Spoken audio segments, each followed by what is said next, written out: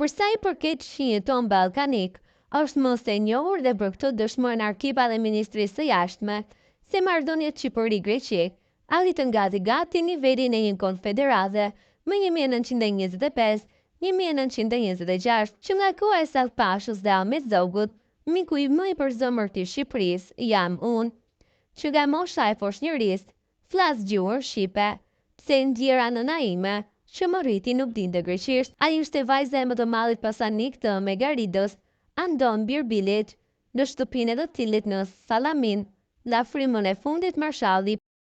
Rrjedhimisht gjithsa e gjaku tim është shqiptar dhe jam krenar për këtë.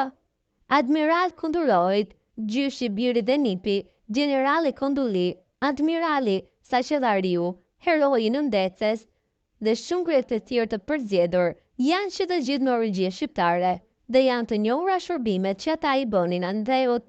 Papa Rigopoulos shkruan se të gjitha rasat që erdhën në Greqi, përzierja me gjakun shqiptar prodhoi amblankën e shkëlqyer.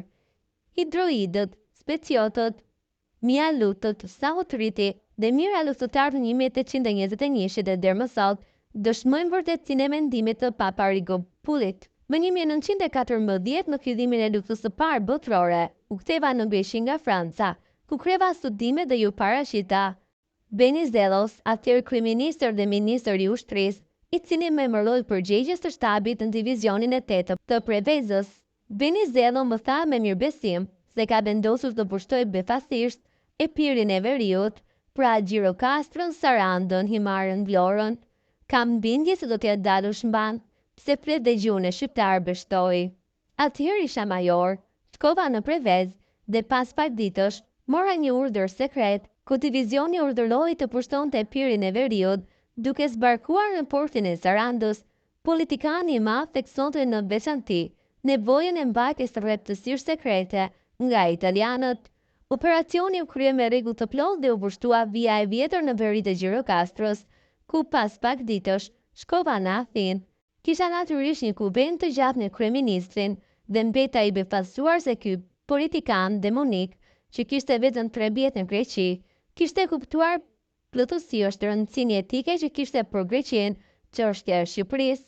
Mendimet dhe këndvështrimi i Venizelos qendra bazë kryesore, ku mbështeta politikën që zbatova në 1925, e cila veç të tjera kishte si rezultat të dërgohej qendjen mosha shqiptar në Athinë për të studiuar në shkollën e kadetëve dhe ata të marinës.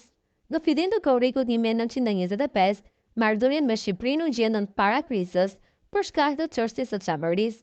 Përfaqësuesi i Shqipërisë erdhi në zyrën time dhe më njoftoi se autoritetet greke në mënyrë të dhunshme dhe pa marrë parasysh marrëveshjen, dëbojnë banorët shqiptar të asaj zone dhe nëpërmjet detit i dërgojnë Azinë e vogël dhe kundërshtimeve të tyre u përgjigjen duke u thënë se ata janë të shkëmtueshëm. Shurtova dokumentet përkatëse dhe u binda që deklarimi i Ministrisë së Jashtme greke nuk qëndronte, pasi marrëveshja e Lozanës përcaktonte prerëse shqiptarët muhamedian të Epirit konsideroheshin minoritet dhe jo të shkëmtueshëm si turqit e Trakës.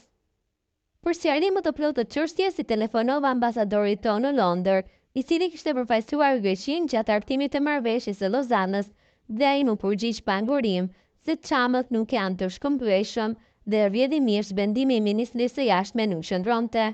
Thirra me njëherë drejtorin përkatës dhe ai më tha diçka që më la me gojë hapur.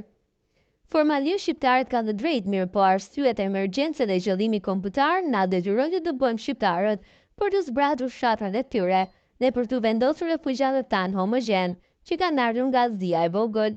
Nuk ka vlen të merremi me 5-6.000 palur shqiptarësh.